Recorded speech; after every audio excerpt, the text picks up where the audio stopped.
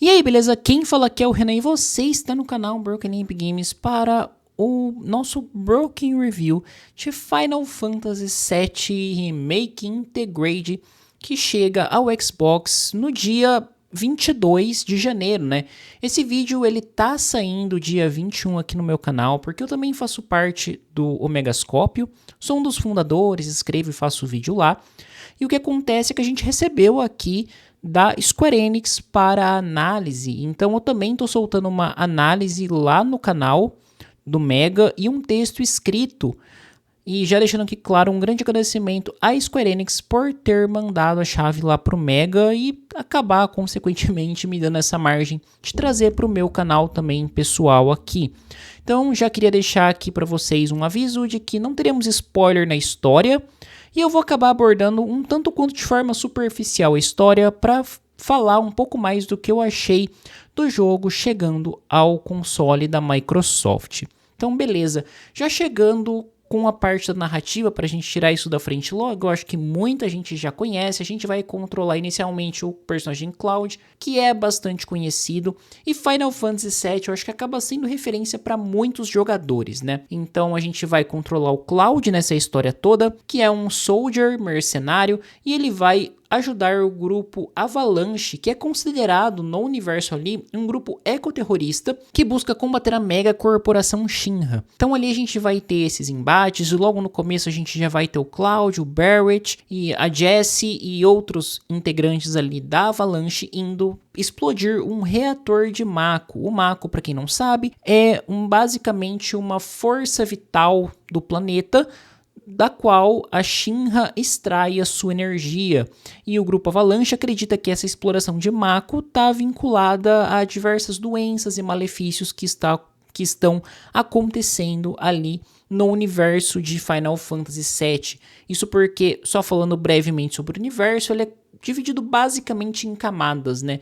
O setor 7, onde a gente começa o jogo, é uma parte que seria basicamente mais pobre e ele fica sob um teto de metal, da qual dali para cima se instalam as pessoas com maiores poderes aquisitivos, megas corporações e etc. Então tem uma história que traz esse contexto de sim um certo embate social, uma questão ecológica também e uma narrativa bastante interessante. Mas aqui, focando especificamente na questão do Xbox, eu achei bastante interessante a Square Enix ter mudado a estratégia dela, porque com isso ela sim vai conseguir alcançar um público novo. Ela já fez esse movimento com Final Fantasy XVI, porém Final Fantasy XVI é um jogo bom. Eu já tenho uma análise dela aqui no canal, falando o que eu achei de legal, o que eu não gostei do jogo. E uma coisa que eu frisei bem no Final Fantasy XVI é que eu acho o combate um tanto quanto repetitivo, né? Porque você tem muito mais um amassar de botões um tanto quanto automatizado do que uma gameplay mais estratégica. O que eu acho que Final Fantasy VII ele conseguiu conciliar bem. Quando você pega o Final Fantasy original, você tem um jogo puramente tático.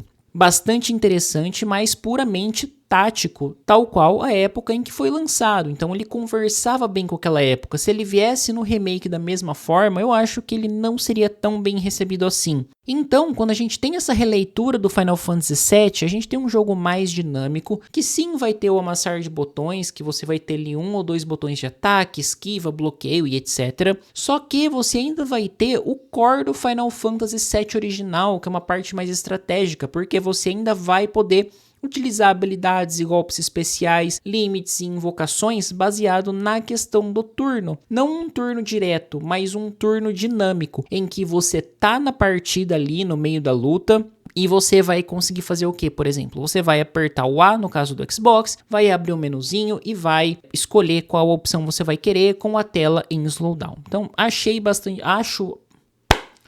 Então, acho bastante interessante essa abordagem e acho que fica um pouco inevitável comparar o Final Fantasy VII Remake com o Final Fantasy XVI.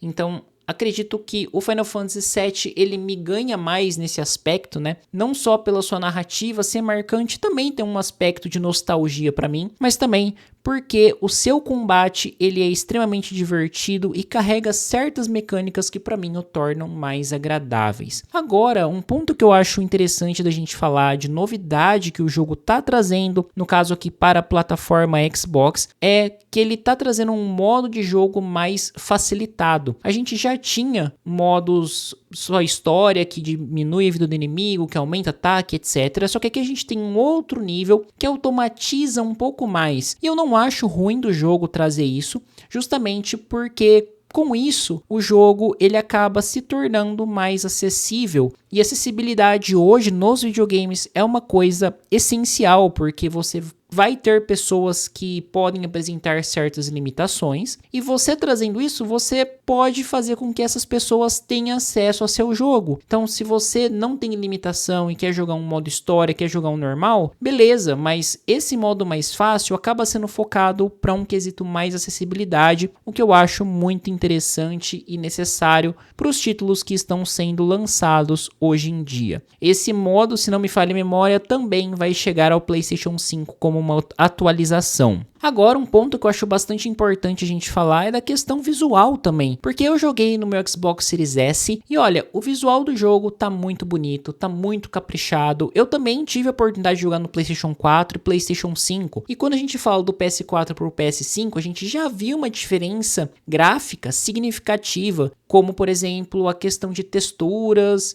bugs. Eu não me recordo de ter pego tanto bug assim na versão de PlayStation 5, talvez um outro no PlayStation 4, mas nada muito memorável. E no Xbox, eu acho que ele tá pau a pau com a versão do PlayStation 5. Ele está bem otimizado para o console, que eu acho muito bom isso, porque o Final Fantasy XVI não veio tão bem otimizado assim quanto o Final Fantasy VII Remake Integrating. Então, parabéns para a Square Enix, que conseguiu trazer um port bastante otimizado para o Xbox. Eu acho que algumas desenvolvedoras acabam reclamando, mas é porque justamente você fazer port para as diferentes consoles tem o seu custo técnico, né? Você tem que otimizar para hardwares mais específicos. Então, por isso muitos jogos até acabam saindo primeiro no PC e depois indo para os consoles. Mas aqui a gente tem um trabalho muito redondinho nesse aspecto e que traz um visual muito bonito para o jogo, tudo muito liso, sabe? Tá rodando muito bem o jogo e durante a minha gameplay eu não posso reclamar de problemas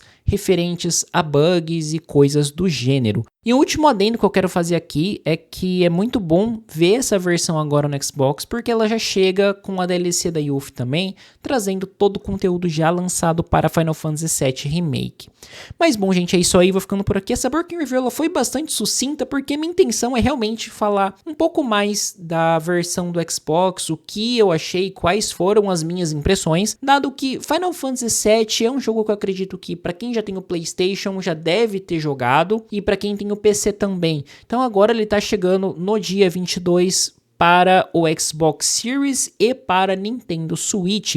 Para Nintendo Switch, logicamente, eu não posso falar que é o Nintendo Switch 2. Eu não joguei nessa plataforma, então não tenho uma opinião formada sobre isso. Mas acredito que deve estar bem otimizado também, dado ao que eu vi no Xbox. Então é isso aí, vou ficando por aqui. Espero que vocês tenham curtido. Se inscreva no canal, ative o sininho para não perder nenhum conteúdo. É isso aí, muito obrigado e até a próxima.